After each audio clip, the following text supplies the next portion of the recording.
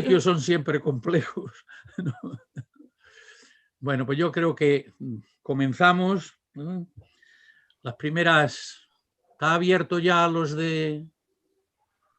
Están abiertos, ¿no? Bueno, pues damos comienzo a esta nueva experiencia de aula telemática que va a permitirnos vernos con más frecuencia que con los sistemas presenciales antiguos, sin ninguna duda, y que parece ser con la expresión normal que hoy se está utilizando, que el nuevo sistema viene para quedarse, ¿no? Por lo que es lo mismo, supongo que tendremos que continuar por esta vía como complemento de las vías presenciales que ya teníamos, ¿no? Bueno, la primera palabra que debemos darnos es saludarnos a todos los académicos, por una parte, y saludar también a todos los amigos que se nos unen mediante YouTube. En segundo lugar, o la segunda palabra que debo pronunciar es la de gratitud, ante todo y sobre todo a José Ramón Calvo, que es el que nos ha organizado todas estas cosas, es un experto, ¿no? Y por tanto, pues gracias José Ramón y gracias también a todos los que nos hemos unido a esta primera experiencia que esperamos que sea fructífera, ¿sí? Bueno, esta primera sesión la vamos a dedicar con el título de La gran pausa, gramática de una pandemia, que va a ser el tema que va a desarrollar José Ramón Calvo. Todos lo conocéis, pero en fin, por situarlo un poco, él es doctor en medicina y cirugía, es catedrático de Escuela Universitaria de Educación de la Universidad de Las Palmas de Gran Canaria, académico de número de la Real Academia Europea de Doctores de Barcelona, académico de número de nuestra Academia de Ciencias, Ingeniería y Humanidades de Lanzarote, es académico correspondiente de la Real Academia de Medicina del País Vasco. Recientemente, desde la última asamblea, es vicepresidente de nuestra academia. Se mueve como pez en el agua por el mundo desde su cargo de presidente del Instituto de Cooperación Internacional de la RAED, de la Real Academia Europea de Doctores. Creo que no exagero nada si digo, o si os recuerdo, que es una figura de relieve internacional en las relaciones de temas culturales, sociales, que afectan a toda la humanidad. Y bajo este marco es en el que nos va a desarrollar pues, el tema de la gran pausa gramática de una pandemia. Bueno, pues ahora él nos hará la presentación del tema y cuando concluya, pues volvemos a estar presente para que hagamos preguntas, discrepemos con toda tranquilidad, expongamos nuestras ideas y nos facilite un debate, un diálogo, un intercambio de impresiones. Muy bien, pues José Ramón, cuando quieras tienes la palabra, ¿no? Somos todo oídos. Muy bien. Muchísimas gracias, mi querido amigo. Y evidentemente gracias a todos por estar aquí. Siempre es un placer y además utilizar ahora estos nuevos sistemas tecnológicos nos permite ver a gente que de la otra manera sería mucho más complicado encontrarnos. Y por tanto felicito a Paco González de Posada por haber tenido esta iniciativa. Debo decirles que dos cosas. Una, efectivamente yo era profesor de la Universidad de Las Palmas hasta el 31 de octubre del 2019 en que me jubilé como profesor de la universidad y a partir del día 1 de noviembre empecé a trabajar como asesor estratégico del Barcelona Supercomputing Center, que es donde estoy ahora. Eso por un lado. Y luego, por otro, decirles que cuando hablamos, Paco y yo, del tema del que se podía hablar, él me sugirió la posibilidad de que pudiéramos comentar un libro que escribimos un grupo de autores allá para el mes de junio, más o menos, que básicamente se llamaba, tal como hemos puesto esta presentación, La gran pausa gramática de una pandemia. Este libro es un libro que nació con la pretensión por parte de la editorial que nos lo encargó de hacer una reflexión desde diferentes puntos de vista sobre la situación en la que estábamos inmersos cuando la pandemia llevaba prácticamente 4 meses de existencia, cuando nos había sorprendido a todos, cuando había cambiado la vida de todo el mundo, cuando estábamos todavía prácticamente en plena fase de confinamiento. Y entonces, al final, una editorial, la editorial Malpaso, me pidió que por qué no escribía algo sobre ese tema. A mí me pareció que era una oportunidad magnífica para pedirle a un grupo de personas distinguidas del mundo que se sumaran a ese esfuerzo y escribieran un capítulo de forma que el libro pudiera tener un aspecto coral, un aspecto poliédrico y que se abordara cada una de las partes en las que se configura esta situación en la que estamos viviendo, pues desde una perspectiva muy especializada, pero huyendo por completo de dos cosas. Una, del lenguaje técnico, de forma que pudiera ser accesible a cualquier persona que lo oyera. Segunda cosa que queríamos era huir de todo lo que representaba cifras y datos, porque se hubiesen quedado obsoletos prácticamente antes de haber lanzado el libro a la calle. Y tercero, queríamos que la visión que se ofreciera fuera no solo un análisis de lo que estaba pasando, sino también, evidentemente, mojarnos y dar una perspectiva de lo que podría pasar si las cosas se prolongaran como evidentemente está sucediendo. Y entonces, en esa situación de ese libro, pues entonces fue cuando empezamos a plantearnos diferentes temas, diferentes estrategias, es decir, cuáles son las cosas que podemos abordar en este libro que puedan ser de utilidad para la mayor parte de las personas que están en este momento sufriendo esta situación. Y al final decidimos que el libro tenía que tener algunas cosas claves y muy básicas. La primera era, de alguna manera, en qué situación nos estábamos encontrando. Y entonces empezamos a analizar cuáles eran las cadenas de errores en las que se estaban cometiendo. Y esas cadenas de errores que se estaban cometiendo son las que, de las que se encargó una personalidad que es probablemente uno de los grandes humanistas de las ciencias sociales y de la epidemiología y de la medicina, que es el profesor Manuel Carballo. Manuel Manuel es un especialista muy reconocido de la Organización Mundial de la Salud, fue durante muchos años, fue el fundador del Programa Mundial de SIDA de la OMS, fue el delegado de la OMS en la guerra de Bosnia-Herzegovina, y donde, por cierto, casi lo matan. Entonces, es una persona además con un conocimiento exhaustivo y enciclopédico de los temas desde el punto de vista médico y social y sanitario. Manuel es además, hoy, es el director general del Centro Internacional para las Migraciones, la Salud y el Desarrollo, que es un centro que se encuentra en Ginebra. Y entonces Manuel hizo fundamentalmente una aportación muy significativa sobre esa perspectiva de la migración y de las poblaciones vulnerables que se habían visto damnificadas por este inicio de esta situación de la pandemia. Luego yo escribí un capítulo en el que empezaba a reflexionar sobre, perdón porque es que le estoy dando entradas a gente que está pidiendo entradas, así que discúlpeme si me ven un poco que me despisto porque hay gente que está llegando tarde y que están pidiendo entradas. Entonces les decía que el siguiente capítulo era si servirá para algo lo que nos ha sucedido, es decir, era de alguna manera unas notas para la reflexión sobre qué es lo que habíamos vivido hasta ese momento y en qué manera y de qué forma podíamos poder contar esa historia.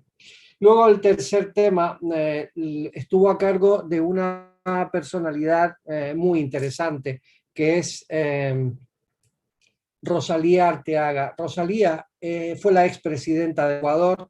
Rosalía ha sido la secretaria general del Tratado de los Países del Amazonas, ha sido miembro de la Enciclopedia Británica, de la Biblioteca de Alejandría, es una escritora reconocida con libros publicados en más de 14 idiomas y es además ella es académica de honor de la Real Academia Europea de Doctores, Hoy le acaban de dar el Premio Internacional de Mujeres por la Paz que da una organización internacional. Es decir, es una gran personalidad y ella además hizo digamos, una reflexión muy interesante porque ella decía que de alguna manera esta pandemia le sonaba a cambio de era. Y ella además hace una reflexión muy curiosa, dice que a partir de ahora las cifras, las siglas ACDC van a significar antes del coronavirus y después del coronavirus. Su reflexión además era una reflexión muy intimista porque ella decía que probablemente en todos los años de vida que tenía, pues probablemente ni recordaba ya de cuánto era la última vez que se había pasado tanto tiempo metida en su casa sin salir, sin viajar, sin hacer nada. Encontró en ese tiempo además pues ocupaciones que ya ni recordaba y que ni sabía que existían, y entonces al final es una reflexión muy profunda pero muy interesante. Luego vino otra persona que es también probablemente una de esas personalidades a las que uno se siente feliz de tener como amigo, que es Ernesto Cajan. Ernesto es un epidemiólogo argentino-israelí. De hecho, fue galardonado con el premio Albert Schweitzer por sus labores a favor de la paz en Oriente Medio. Fue también la persona que recogió el premio Nobel de la Paz dado a la organización que él había colaborado en fundar, que era la Asociación de Médicos contra la Guerra Nuclear. Es un extraordinario poeta, pintor y sobre todo es una bellísima persona.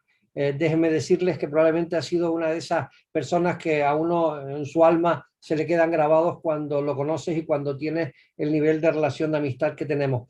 Entonces, Ernesto escribió una historia muy curiosa que se llamaba Después de la pandemia, comparando la COVID-19 con la peste negra y con la gripe, la mal llamada gripe española, la gripe del 18. Entonces, la comparativa que hace Ernesto es, en la Edad Media estaba la peste bubónica, la llamada peste negra, y luego en el año 18 estuvo la gripe del 18, la mal llamada, como digo, gripe española. Y él lo que decía es, la evolución que ha tenido el mundo en muchas cosas nos ha permitido claramente mejorar y ganar enteros en un montón de cosas frente a otras que la gente cuando vivía a principios del siglo XX no tenía. Pero hay una cosa que no ha cambiado. Ante pandemias como esta, la única solución que hemos encontrado es encerrarnos a todos y paralizar gran parte de la actividad. Ya pasó en la Edad Media, ya pasó en el siglo XX, a principios del XX, cuando la gripe española. Quiero decir que entonces al final todo eso él va hilvanando una reflexión en la que viene a explicar que aunque el mundo ha mejorado y ha evolucionado, pero hay muchas cosas que aún no se han podido modificar adecuadamente. Acaba su capítulo con un poema que escribió para esto y luego le inspiró un cuadro que ahora cada vez que le invitan a hablar de la COVID en los miles de foros que tiene, pues siempre aparece el cuadro detrás y él dice que el cuadro le fue inspirado por el capítulo ese que escribió para este libro. Luego, el siguiente capítulo era un capítulo de economía, porque evidentemente teníamos todos muy claro que la economía iba a ser claramente uno de los aspectos más importantes dentro de esta situación en la que estábamos viviendo y los daños económicos que podíamos sufrir.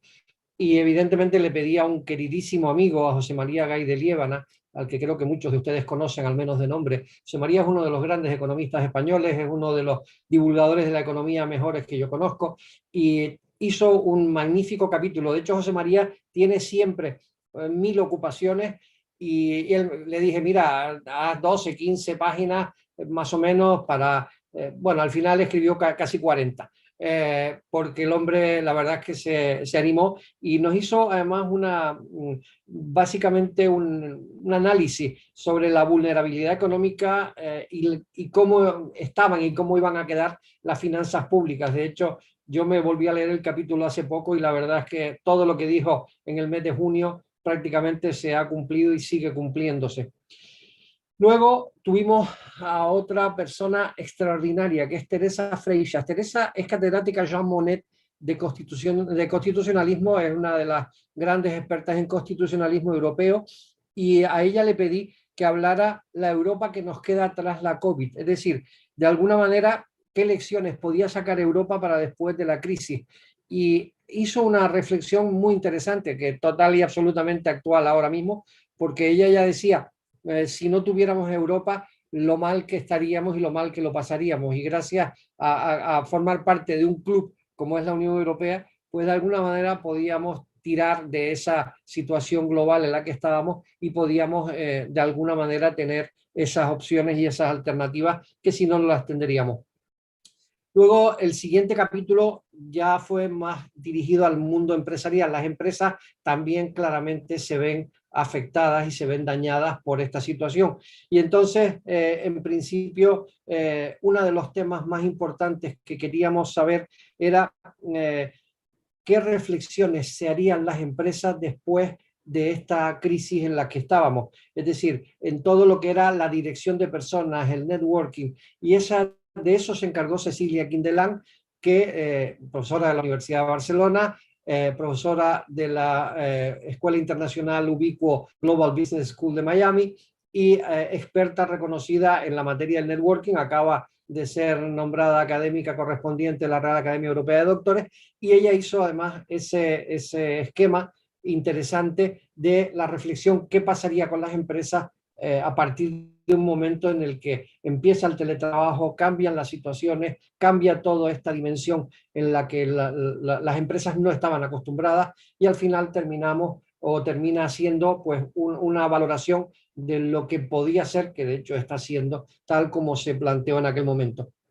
El siguiente capítulo lo escribe otro académico de la Real Academia Europea de Doctores, que es Jordi Martí de la Serra, y se llamaba Confianza, Movilidad y Velocidad. Y quería explicar, y explicaba de hecho en el capítulo, de alguna manera, cómo las empresas tenían que adaptarse a la situación que les iba a ir generando esta pandemia y cómo ese cambio y esa modificación iba a resentir determinados cimientos, y además planteó cómo algunas empresas europeas y algunas empresas españolas no habían estado a la altura en aquellos primeros momentos para hacerlo bastante ágiles y poder transformar la situación en la que estaban. Luego tuvimos a un periodista al que conozco hace 30 años, Manuel Murillo. Manuel es un gran experto en medios de comunicación y en las redes sociales, pero yo le pedí a Manuel que hablara del papel tan incierto que tenían los medios de comunicación en el nuevo contrato social, por decirlo de alguna manera, del post-coronavirus. Manuel hizo toda una exploración desde la época de Rousseau y el contrato social de Rousseau hasta nuestros días, y ya entra al final en lo que eran las fake news, las noticias falsas, que estaban siendo ya en aquel momento una plaga y que evidentemente han continuado y siguen dentro de las teorías conspiranoicas y todo eso. Luego, había un tema que me parecía absolutamente importante y terrible, que era los más vulnerables, los desprotegidos, los ancianos. Y le pedí a María Rosa Rubio, la fiscal delegada y decana de la audiencia del Tribunal Superior de Justicia de Canarias, en la audiencia de Las Palmas, le pedí que escribiera ese capítulo. María Rosa es además vocal del Consejo Fiscal, es una de las grandes fiscales españolas, ha trabajado con nosotros, perdón, que siguen entrando gente, ha trabajado con nosotros en multitud de ocasiones y es alguien que tiene una gran capacidad para sintetizar y para vivenciar una situación que es dramática, que es la situación que estaban viviendo en aquellos momentos, sobre todo los ancianos en las residencias. Nos parecía que ese era un tema fundamental, básico y absolutamente obligatorio de tratar. Y creo que en este libro lo que se dijo y lo que se hizo y lo que se escribió está absolutamente vigente a día de hoy. Luego había claramente otra vertiente que había que explorar, que era la vertiente psicosocial, es decir, cuál era el impacto que tenía para las personas desde el aspecto psicológico este tipo de situaciones como los que vivíamos. Y de eso se encargó una psicóloga forense, Mónica Rincón, que también trabaja en los juzgados en Las Palmas y que también es profesora de la Universidad de Las Palmas. A ella le pedí que reflexionara sobre esas situaciones que viven las personas que se encuentran encerradas durante todo este tiempo, sobre todo porque se dieron situaciones además que exigían una valoración y yo diría una reflexión. Por ejemplo, la cantidad de malos tratos que se dieron, sobre todo en los inicios, en las parejas que la convivencia forzosa les llevó a situaciones más desagradables, en las situaciones de malos tratos a niños, etcétera, etcétera. Entonces, esa reflexión y ese análisis psicológico es total y absolutamente vigente a día de hoy aún. Luego había un factor que era clarísimamente obligatorio, que era la educación. Nos encontramos con que de repente, un buen día, el 14 de marzo, se para absolutamente todo y entonces los niños no pueden ir a los colegios, los estudiantes universitarios no pueden ir a la universidad, y entonces empezamos algo que ni siquiera soñábamos, la enseñanza a distancia. Eso que hoy nos ha llevado a hacer una historia como esta, pues se ha convertido en una situación que claramente pudimos entre todos vivenciar cuando estábamos hablando de algo que nos vino sobrevenido, y la educación claramente era un tema importante. Entonces, yo le pedí a una doctora en educación y profesora de la Universidad de Las Palmas, que se llama Zaira Santana, que por favor me ayudara y escribiera ese capítulo sobre los aspectos educativos. Ha sido uno de los capítulos que ha tenido un mayor impacto, sobre todo a nivel de las escuelas y sobre todo en México, donde debo decir que este libro ha sido un auténtico bestseller. Así como en España prácticamente el recorrido fue muy cortito, en México se ha convertido en un libro de referencia para hablar de la pandemia, y de hecho ya hay como 3 ediciones de este libro, al igual que en Argentina. Pero lo cierto es que este tema de la educación ha sido un tema que prácticamente nos impactó, porque hubo que cambiar la manera de entender lo que ahí estaba pasando, pero sobre todo nos dimos cuenta de una cosa, nos dimos cuenta que había una diferencia social importante entre los niños que podían tener acceso a Internet, que podían tener ordenadores en casa, tablets, teléfonos inteligentes, que podían estar, en una palabra, conectados con sus compañeros y con las escuelas o los institutos, y aquellos que no tenían esa capacidad. Eso, de hecho, nos llevó a un grupo de nosotros a escribir un manifiesto que de hecho se ha publicado y está por ahí circulando, se llevó a Naciones Unidas, la UNESCO lo asumió, en el que pedíamos que Internet fuera declarado un bien de derecho universal para todas aquellas personas, independientemente de su capacidad económica. Es decir, que si volvíamos a tener una situación como esta, que se crearan los mecanismos internacionales necesarios para que Internet fuera al final un bien de uso común y no necesariamente vinculado a la capacidad adquisitiva. De hecho, eso se ha ido avanzando, y hay alguna, en la última Asamblea General de las Naciones Unidas se trató algo parecido. De hecho, se está hablando de alguna posibilidad de que en países en vías de desarrollo se cree un pool de suministradores de señal, porque, por ejemplo, la telefonía móvil en África prácticamente la hay en casi todos lados, curiosamente, pero lo que queríamos era que los niños no tuvieran nunca esa situación en la que estaban viviendo, y que por tanto nunca más un niño se quedara sin poder acceder a los conocimientos y al colegio porque se viera en una historia como la que estábamos. Y el último capítulo fue escrito por una académica, por María Ángeles Calvo, que es una académica, es catedrática de veterinaria, es una de las grandes expertas en zoonosis que tenemos en este país, es académica de un montón de instituciones nacionales e internacionales, y yo le pedí a ella que escribiera sobre qué cosas tenía que aprender la comunidad médica y la comunidad científica en general, y la sociedad, por supuesto, de una pandemia que estaba ocasionada por un virus, el SARS-CoV-2, que no nos olvidemos que es una partícula que es 900 veces más pequeño que el diámetro de un cabello humano, que necesita células para seguir vivo, y que gracias a esa pequeña partícula prácticamente nos destrozó la vida tal como la teníamos prevista. Entonces el libro después acababa con una reflexión en la que yo hacía un epílogo para después de una crisis. Lo he leído hace poco y la verdad es que esa crisis que no ha acabado, el epílogo tampoco se ha cerrado. Entonces, de todo eso, y después de muchas reflexiones y de muchas cuestiones y de muchas preguntas, yo he sacado 4 cosas en claro que querría compartir con ustedes para acabar un poco ya esta reflexión y ceñirme un poco al tiempo que habíamos pactado, para dar tiempo a que todos ustedes puedan intervenir. La primera es que no podemos, y eso es algo que los gobiernos parece que aún no tienen claro, pero deberían tenerlo después de ahora, no podemos, repito, recortar en salud, recortar en temas relacionados con la salud. No podemos hacer los recortes que se hicieron en el 2008. No podemos dejar desprotegidos a los sanitarios sin tener los elementos de protección individual necesarios para poder hacer su trabajo. No podemos recortar en salud porque nos encontramos con las dificultades que hemos tenido en la primera y segunda ola y que básicamente esas dificultades pues todavía hoy las estamos pagando en algunos hospitales, donde recuerden que se vieron sin respiradores, se vieron sin cánulas, se vieron sin un montón de cosas.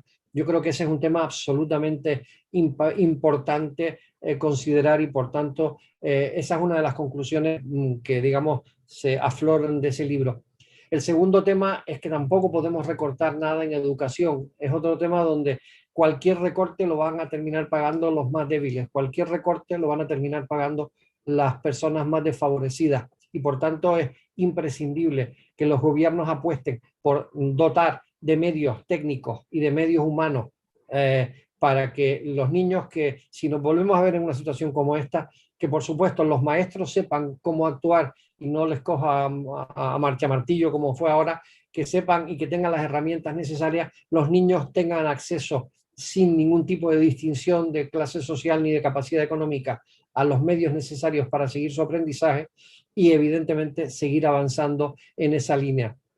El tercer punto que también aflora en el libro y que yo creo que es fundamental es que no podemos recortar en investigación. De hecho, estamos pagando, y eso se lo comenté no hace mucho al ministro Duque, estamos pagando el ser un país que investiga poco. Ustedes recuerden que Unamuno decía que investiguen ellos y que a fin de cuentas tanto nos vamos a beneficiar de la luz los que somos usuarios como los que la inventaron. Entonces, yo prefiero más irme a las reflexiones de Santiago Ramón y Cajal, que eran creo que mucho más lúcidas que las de nuestro preclaro filósofo, en el sentido de que evidentemente un país que no investiga es un país que no progresa. Nosotros ahora mismo, gracias a la escasa, digamos, capacidad no técnica, porque tenemos algunos de los mejores científicos del mundo haciendo cosas increíbles con los medios técnicos de los que disponen. Pero yo les pongo un ejemplo. El otro día estaba hablando con Luis Enjuanes, que es uno de los grandes expertos españoles en coronavirus. Luis tiene una vacuna que además es una vacuna magnífica, que se administra por vía intranasal, que ha demostrado en los ensayos previos hechos en animales y en los modelos una eficacia del 100%. Imagínense además que es muy fácil porque es un spray. Bien, pues la diferencia entre lo que tenemos y lo que ellos han tenido para poder hacer su trabajo es que son 15 personas y al final tienen unos 100, 150 millones de euros. Él me contaba, dice, Pfizer ha tenido 4.000 millones y 2.000 y pico personas trabajando full time en este tema. Claro, Pfizer ha tenido en 6 meses su vacuna, la vacuna de Enjuanes y la de Esteban y alguna otra que va a salir porque en España en este momento hay como 3 o 4, 2 de las cuales son nasales. Entonces, pues es probable que a mediados del año que viene puedan estar disponibles, pero claro, estamos ante un país que el PIB dedicado a investigación es el 1,2, 1,3%. Estamos pidiendo, y hay mucha gente, y de hecho hay una campaña que inició a 3 Media de llegar al 2%, que sería lo mínimo minimorum para poder estar en un nivel medianamente aceptable. Ustedes piensen que Alemania destina casi el 4%, Austria destina el 4%, Israel destina el 5%. Es decir, estamos hablando de países que evidentemente están apostando desde hace muchos años por la investigación. Y el último punto que quedó reflejado en este libro y que es otra de mis conclusiones ante esta historia es fundamentalmente el tema de nuestro fracaso como sociedad si no somos capaces de cuidar a nuestros mayores.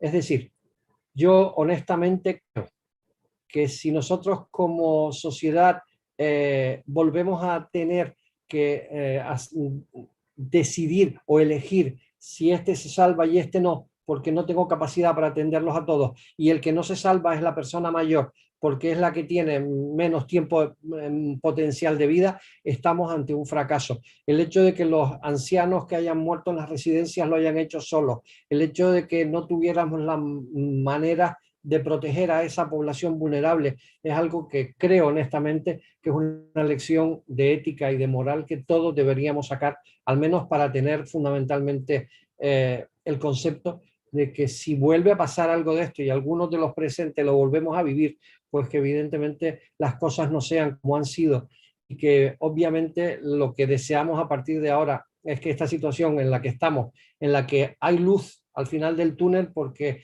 lo que era impensable en el mes de febrero o marzo, que es que hubiera vacunas a finales de año, pues gracias a la enorme y muy interesante aportación de la ciencia que se basó en lo que ya se sabía y en nuevas cosas que han ido investigando, pues al final tenemos vacunas y tenemos vacunas además con unos porcentajes muy altos de eficacia. De hecho, ayer o antes de ayer leía que en las residencias de ancianos prácticamente ha caído un 85% los contagios. Es decir, estamos ante unas herramientas útiles y necesarias.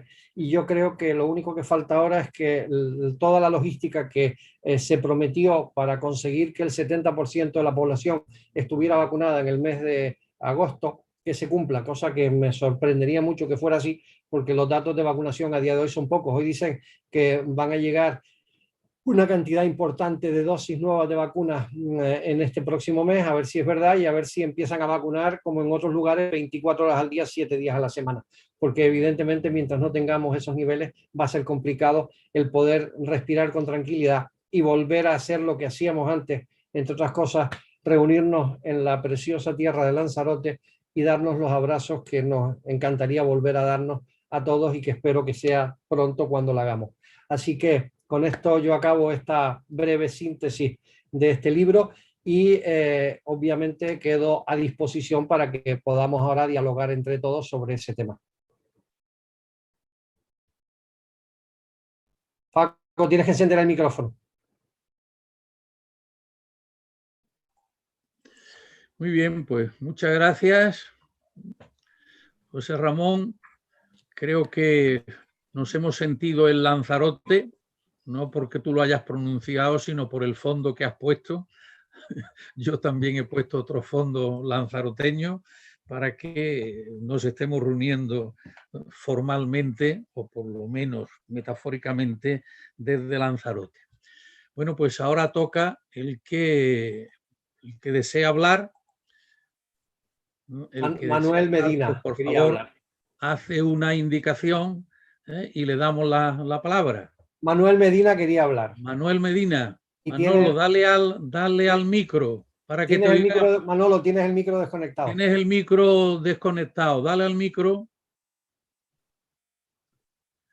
No te oímos, Manolo, dale al micro. Abajo a la izquierda. Ahora. Ahora. No, No, no. Ahora Ahora. sí. Ahora. Vamos a ver. Llevamos un año con la broma esta del COVID. Lo que pasa es que nos ha llegado un virus que al parecer tiene origen en China. Pero claro, el otro día me comentaba mi buen amigo, aunque sea del Partido Popular, senador y médico, Antonio Arcó, que cada 3 o 4 años recibimos un virus de China. Este año yo me he leído los informes del viaje de la Organización Mundial de la Salud a China, los tuvieron 14 días encerrados, el gobierno chino se los llevó de paseo y acabaron diciendo que el responsable del virus era el salmón noruego. Es una broma. La cuestión que yo me planteo es la siguiente. Parece que hay una política, no sé si por error o deliberada del gobierno chino, de enviarnos un virus cada poco tiempo. Parece que esto debería ser discutido en los foros internacionales seriamente. ¿Qué se está haciendo para decirle a los chinos que no nos creemos el informe de la Organización Mundial de la Salud? ¿Qué se está haciendo para negociar con los chinos que quieren dinero a cambio de que no nos manden más virus? Porque este año llevamos ya un año, empezamos a tener vacunas y tal, pero parece que hasta dentro de 2 o 3 años no nos libraremos de él. Pero cuando nos libremos de él, ¿qué garantía tenemos de que los chinos no nos van a mandar otro virus? Esta es la pregunta. muy bien. José Ramón.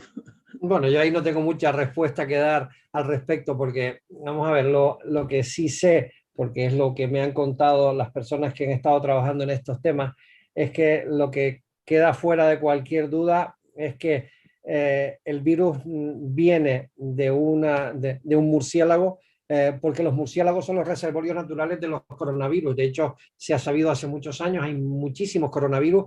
De hecho, todos los hemos sufrido en mayor o menor medida anteriormente, porque el virus del resfriado común es el coronavirus casi siempre. Lo que pasa es que este en particular se comportó de una forma totalmente diferente a lo que se sospechaba y se decía. Entonces, desde el punto de vista epidemiológico, yo me vi los informes de la OMS, vi los primeros, después hubo un segundo informe de algunas de las personas que no estaban del todo de acuerdo con el primero. Entonces, evidentemente China nunca ha sido especialmente claro en sus planteamientos externos. China nunca ha dicho ni nunca ha abierto las puertas a la ciencia occidental para decir qué es lo que está pasando y qué no. De hecho, la mayor parte de las cosas que sabemos algunas veces son suposiciones.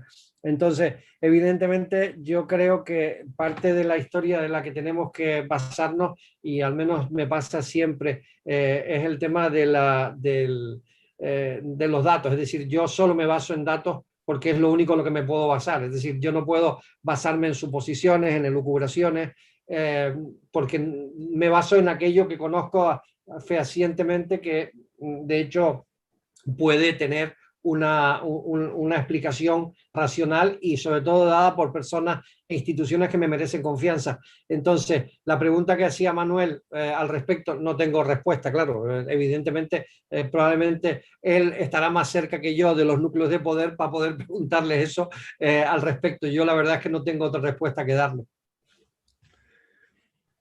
A ver, ¿alguien más? Oye, yo quería hacerte una pregunta, sugerencia, José Ramón.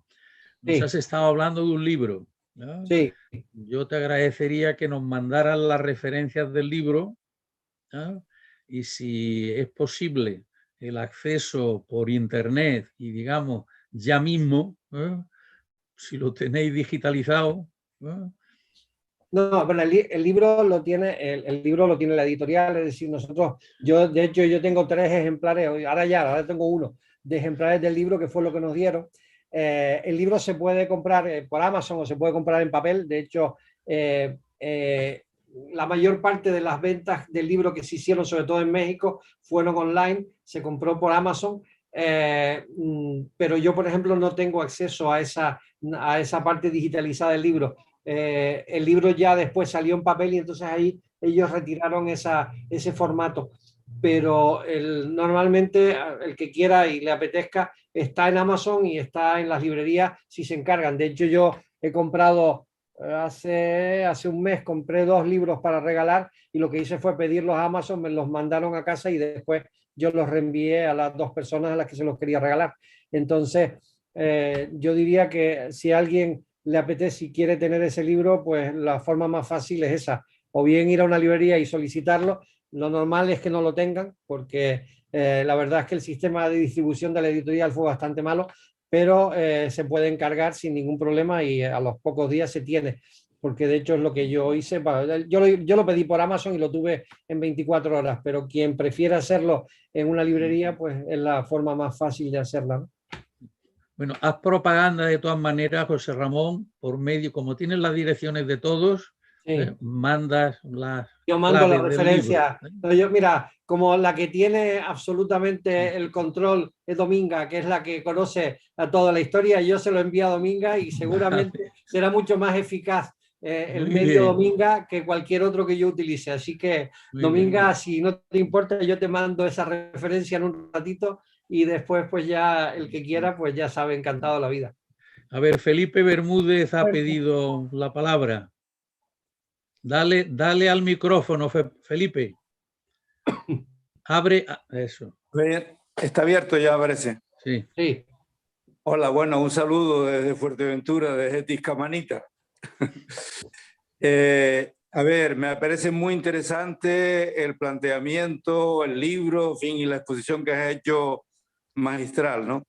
Mi pregunta va en la línea un poco de intentar en una visión, no sé si alguno de los artículos, de los capítulos aborda esta cuestión, y es el tema de una visión más planetaria, es decir, el virus se ha extendido, se está extendiendo por todo el mundo, por todos los continentes, como bien insinúas también, afecta de manera desigual a los pueblos y a las clases sociales y a la gente según sea, unos más vulnerables que otros, etc.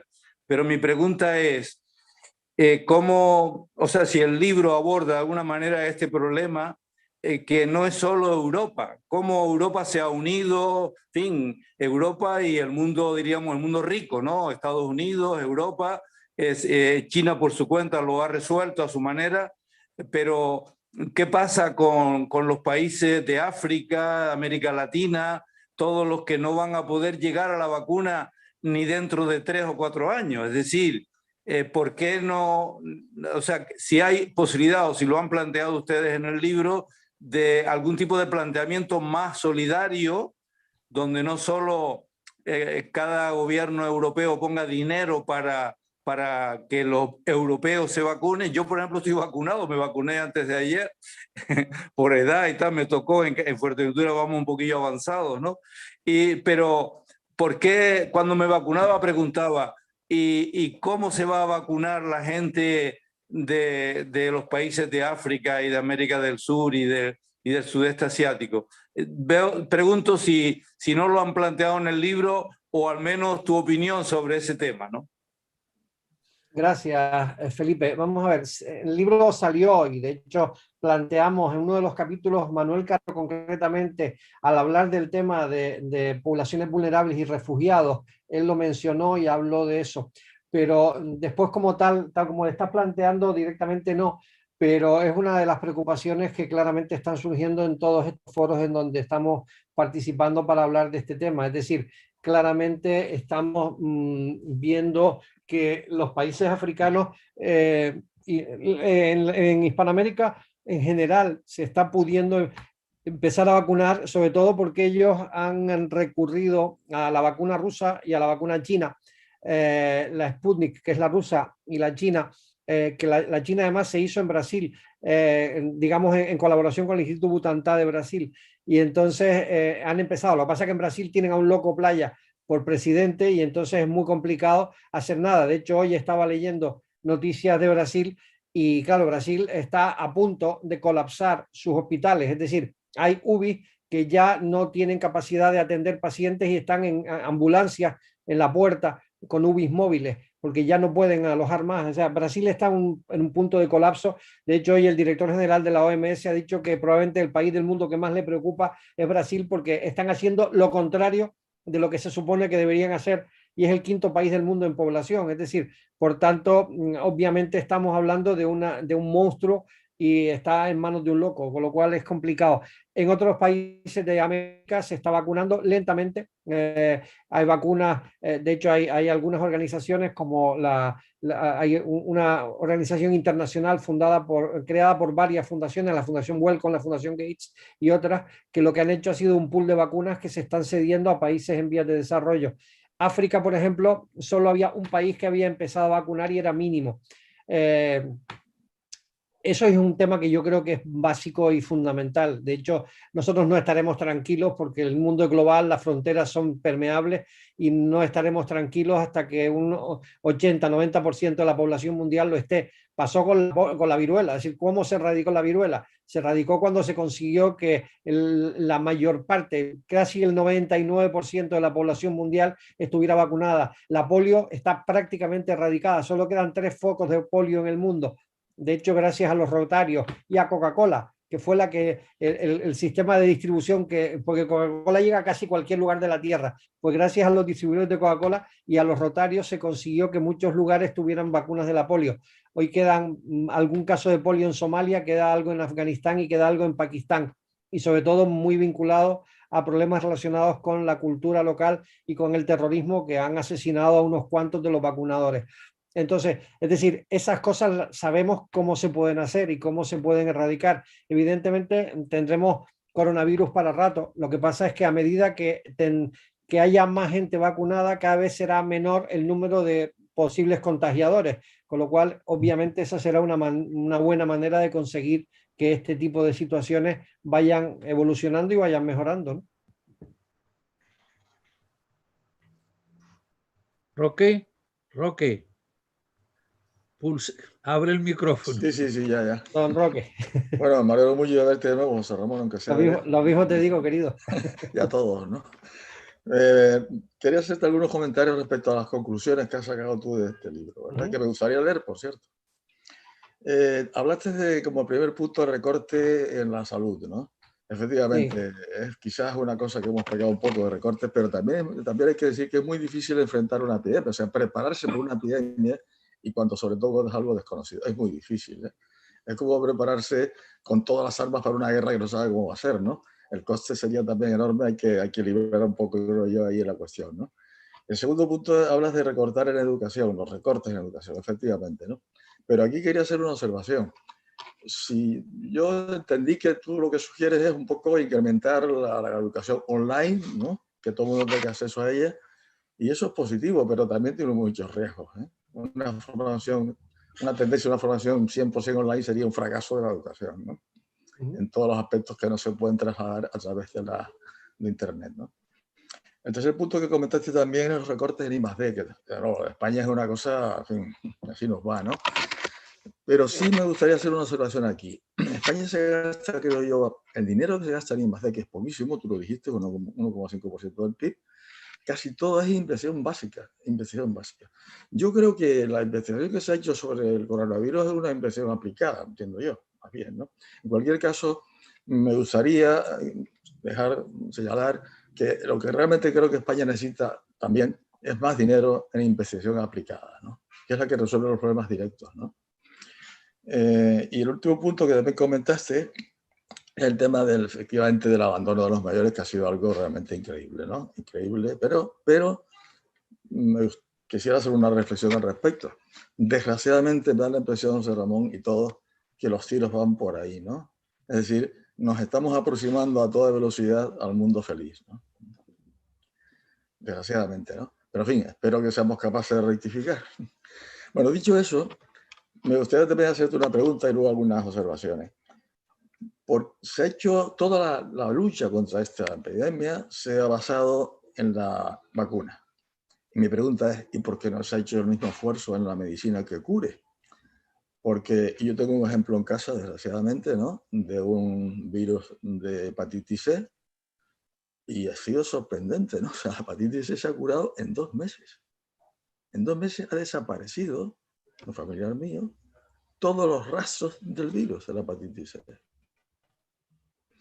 Y desde luego, si el énfasis se hubiera puesto, creo yo, en la medicina que cure la enfermedad, creo yo que todo habría cambiado radicalmente. Porque nos podíamos permitir el lujo incluso de la inmunidad de rebaño.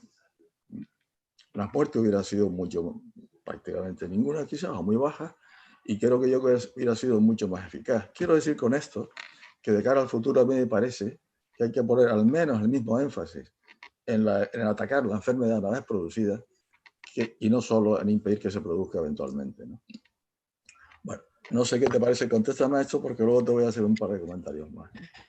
Vamos a ver, yo tenía varias cosas cuando hablabas de mis 4 reflexiones. Evidentemente, la reflexión sobre la educación es obvio que no estaba defendiendo la educación online, al contrario. O sea, yo creo que eso sería una barbaridad. Lo único que yo decía es que si vuelve a pasar algo parecido que obligue a que nos confinen, que nunca sea el recurso económico la razón que diferencia a unos niños de otros.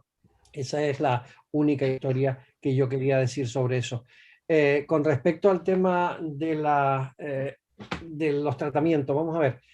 Los tratamientos claramente igual que hay muchos equipos y mucha gente que se ha dedicado al tema de la vacuna, entre otras cosas porque los que se dedicaban a vacunas ya estaban trabajando en vacunas, no es que se dedicaran a trabajar en otra cosa y de repente empezaron. Simplemente, por ejemplo, en el grupo español, que es el que yo conozco, de Luis Enjuanes e Isabel Sola, y el de Esteban, ellos básicamente llevan años trabajando y además trabajando en vacuna del coronavirus porque empezaron cuando nació el coronavirus del MERS, que es el del Oriente Medio.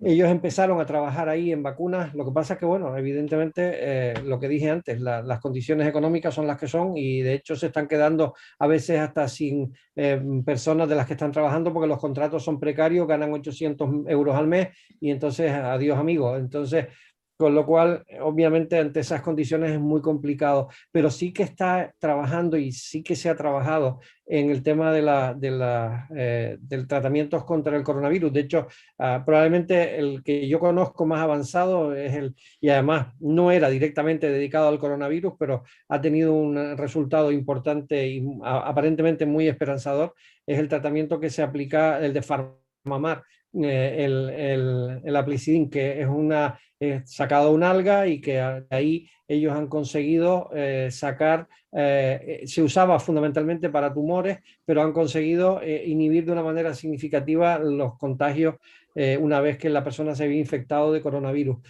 Entonces yo sí creo que se están invirtiendo recursos en temas relacionados con el tratamiento y yo estoy convencido. Lo que pasa es que también es verdad, y eso la mayor parte de los expertos en virología te lo dicen, es que es muy complicado tratar virus.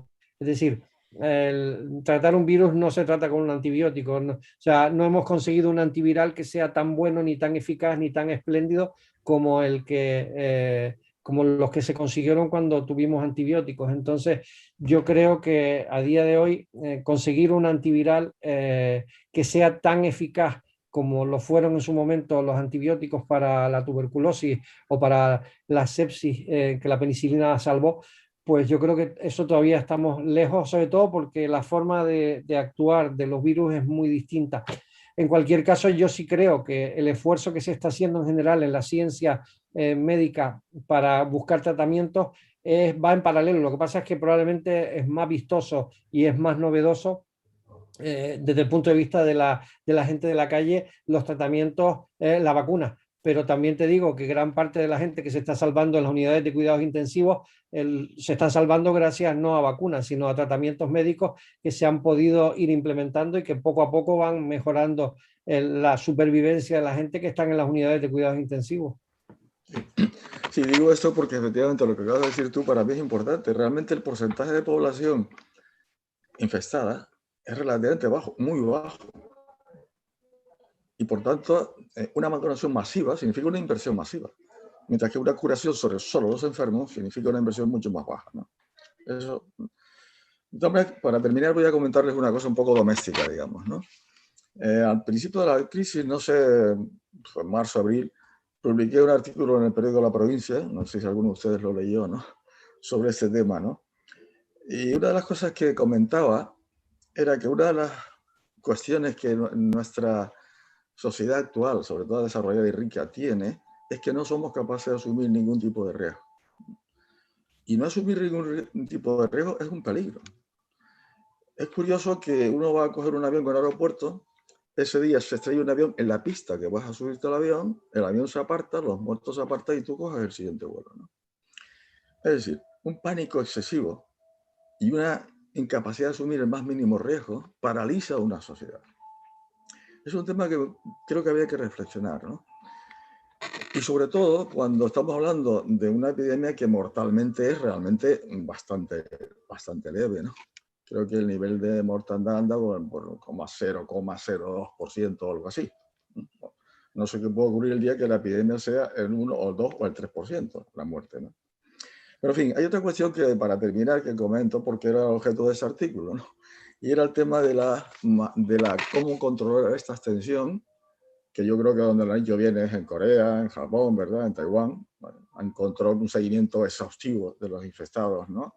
Creo que ha sido la mejor medida que han podido tomar. Y el tema de las mascarillas, ¿no? Entonces el tema de las mascarillas, que a mucha gente no le sienta nada bien, por cierto, supongo que a muchos de nosotros tampoco, y luego a mí fatal, porque no veo. Pero en fin, yo hice en este artículo en la prensa la siguiente reflexión. Pongamos que cada día salen a la calle en Canarias 1 millón de personas. Y pongamos que solamente usa una mascarilla por día. Decían que 4 horas, ¿no? Estamos hablando de 1 millón de euros cada día, 30 millones de euros cada semana. ¿Alguien se cree al mes que en Canarias podemos gastarnos 30 millones mensuales en mascarillas. Viene esto a propósito un poco de lo que yo considero que es una hipocresía, incluso en este caso hasta oficial, ¿no? O sea, todo el mundo sabe que eso es imposible. Y por tanto, ¿qué estaba ocurriendo? ¿Y qué está ocurriendo? Pues que la gente usa la mascarilla simplemente para evitar que le pongan una multa y tantas veces como sea necesario la misma mascarilla. Y eso al final resulta que es hasta contraproducente, porque es una especie de, digamos, de cortina que realmente no filtra nada, ¿no? En definitiva, que creo que en la aplicación práctica después que hemos estado tomando en las islas y en general en España, aparte del oscurantismo total que hay, ¿no? Que no sabemos, ¿no? Creo que las medidas que se están tomando tampoco son tan eficaces, ¿no? Así que esto es un poco lo que quería comentarte. No sé si a ti se te ocurre algo respecto a las mascarillas, ¿no? Porque a ver qué opinas, ¿no? Mira, Roque, una de las cosas que el otro día le oí decir a una persona que probablemente es la gente que más respeto en este tema es que hasta ahora ningún virus ni ninguna variante se ha resistido al uso de mascarillas de manera habitual, mascarillas bien puestas y bien colocadas. Es decir, la gripe, por ejemplo, prácticamente ha desaparecido este año en España. Tenemos una cantidad mínima de casos y una de las, el virus de la gripe es bastante menos contagioso de lo que es el coronavirus. El coronavirus tiene una particularidad y es su infecciosidad y su contagiosidad, que es muy alta, y una de las variantes que están por ahí rondando es mucho más alta.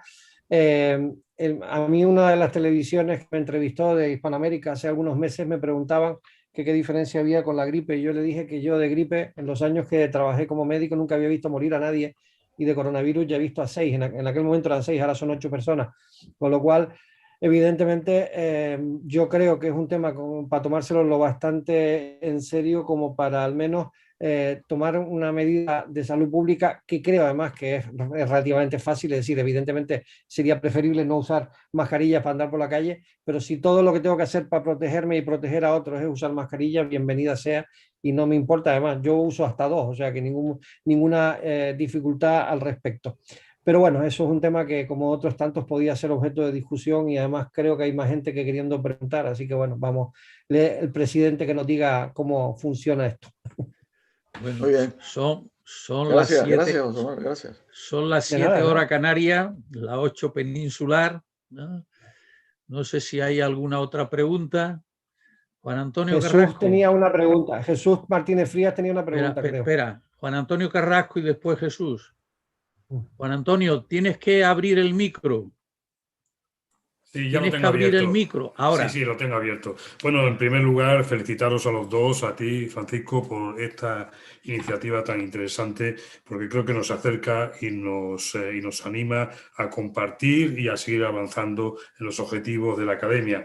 Y a José Ramón, porque la labor que ha hecho en tan poco tiempo de concreción es impresionante, y prometo que voy a leer este libro porque me ha parecido muy interesante en todos los sentidos, aparte de tu manera de comunicar. Ya, ha tocado un punto dentro de los capítulos, que es el tema de la comunicación y el papel tan incierto de los medios informativos en el contrato social post-COVID.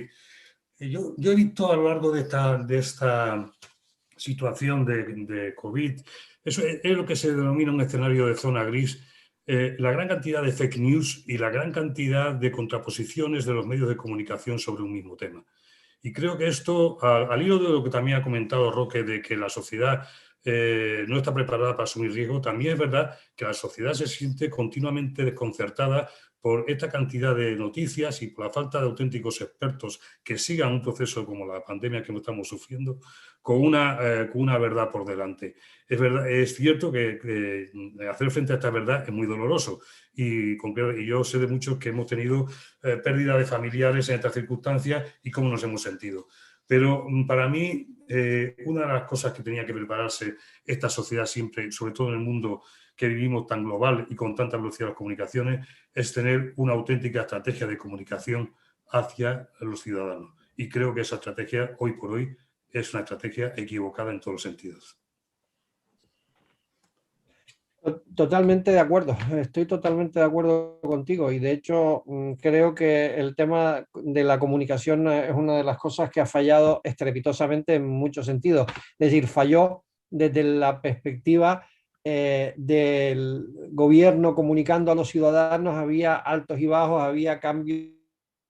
Lo que hoy era increíble, mañana era absolutamente obligatorio, lo que antes de ayer parecía inaudito, hoy resulta que es algo, o sea, es decir, yo creo que faltó una línea coherente y comunicativa, independientemente de que estoy de acuerdo en algo que, una reflexión que antes se hizo. Es decir, nadie, creo que la hizo Manuel, nadie venía con esto aprendido. Es decir, evidentemente aquí se hubo que sobre la marcha hacer algunos ajustes y hubo mucho ensayo-error. Pero sin embargo hay una cosa que, por ejemplo, en el libro dijimos, y eso lo escribí yo además, y es que se creó hace muchísimos años por el Centro Europeo de Control de Enfermedades un grupo de gente que eran los detectives epidemiológicos al modo y manera del que ya existía en el CDC de Atlanta, que eran un grupo de gente formado específicamente para anticiparse a las epidemias, a las pandemias, sobre la marcha, actuar en los sitios donde se iban a producir o donde se estaban produciendo núcleos grandes de casos y a partir de ahí tomar las medidas pertinentes. Y eso, evidentemente, los americanos no lo hicieron porque además Trump se encargó de ningunearlo, y en Europa ese grupo de gente prácticamente se han quedado en nada, porque empezaron con muchísima fuerza en los años, principios de los 2000, pero se han ido diluyendo y ahora, por ejemplo, hemos empezado a hablar de rastreadores, que yo creo que es una palabra que mucha gente ni siquiera había oído. Pues los rastreadores ya existían para ese grupo. Pero volviendo a la pregunta que hacías, Juan Antonio, con el tema de la comunicación, yo creo que esa es una de las cosas más básicas donde hemos fallado y donde los propios medios de comunicación probablemente han fallado. Es decir, cuando han dado voz a gente que no tenía capacidad ni criterio, cuando han puesto en el mismo nivel a gente que hablaba de oídas, tertulianos profesionales, con gente seria y demás. Yo creo que sobre todo en los primeros tiempos eso fue así. Después creo que ha ido mejorando. Creo que ahora las voces que en general nos ponen son voces autorizadas, pero también es verdad que la comunicación es una de las cosas que creo honestamente que habrá que mejorar para el futuro, sobre todo para evitar que cosas como las que estamos hablando pues sucedan, ¿no? Jesús Martínez Frías, Jesús. Nuestro astrobiólogo favorito. Hola, buenas tardes. Bueno, pues yo me uno a lo que se ha comentado en felicitaros, Francisco y también José Ramón. No nos conocemos, pero me ha parecido una charla muy didáctica, muy interesante.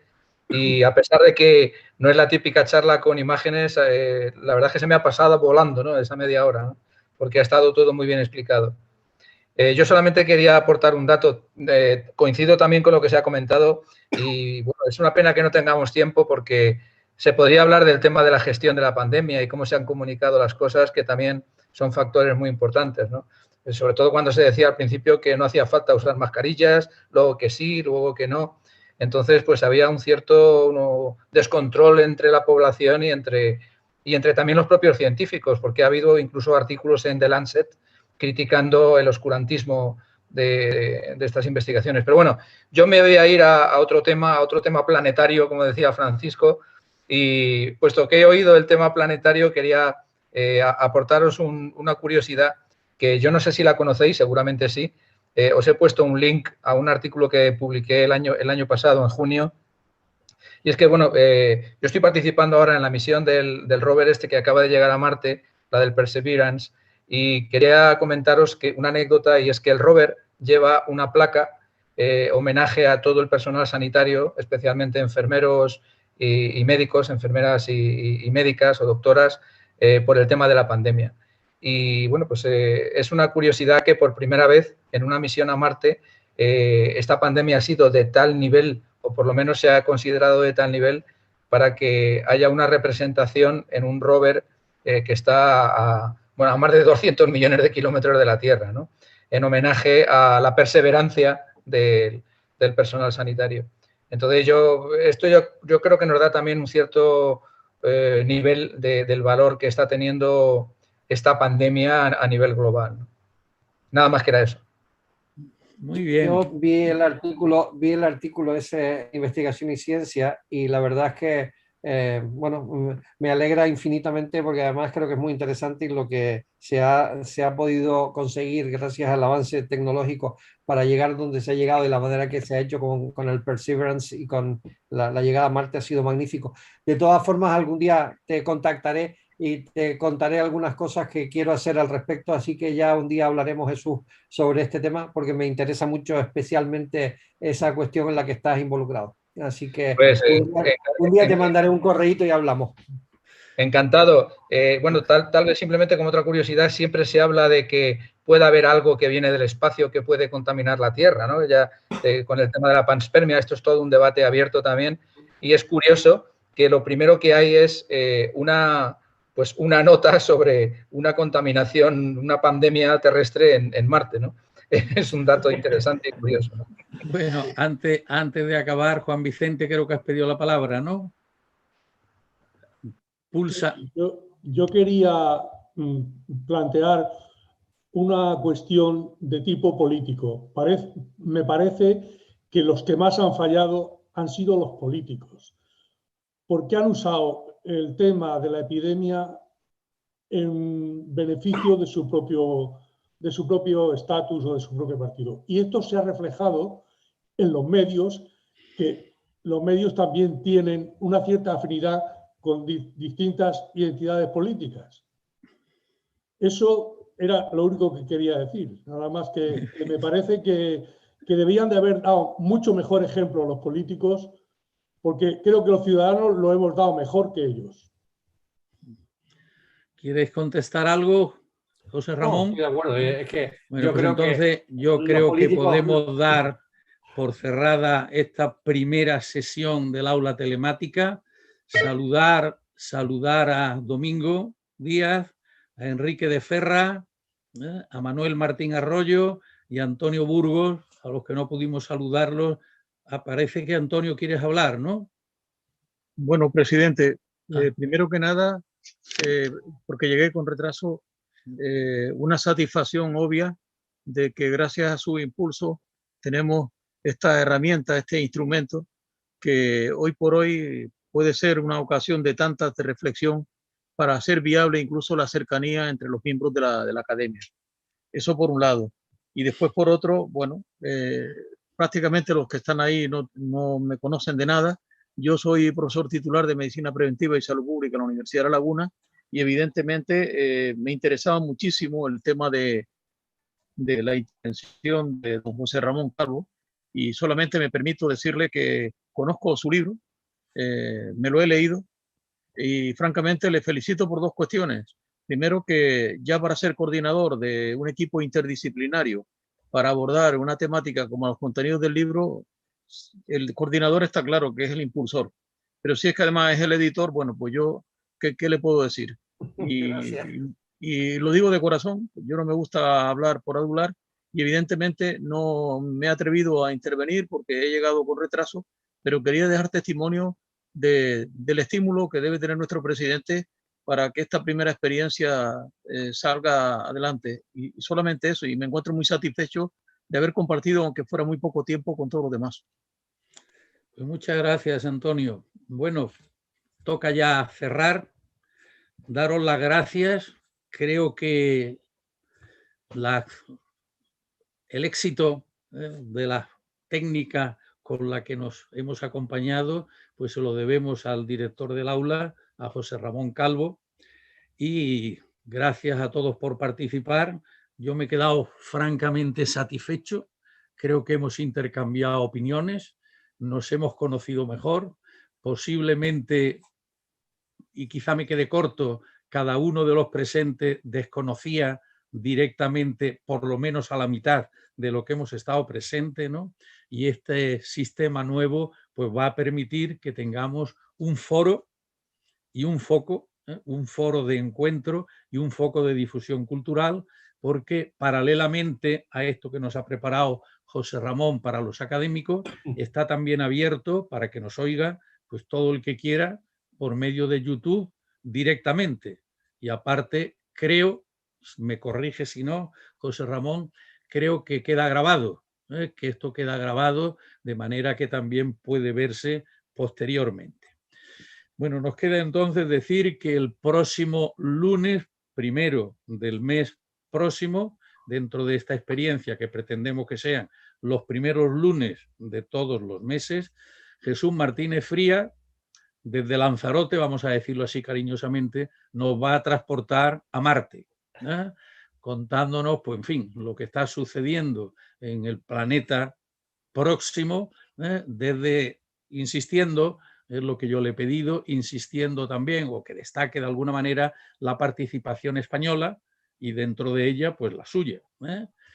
Quedamos entonces emplazados para el primer lunes del mes de abril, para situarnos desde Lanzarote, como nos veis a José Ramón y a mí, con esos fondos lanzaroteños, para irnos a Marte. Muchas gracias, buenas tardes y hasta el lunes del mes que viene, primero lunes. No.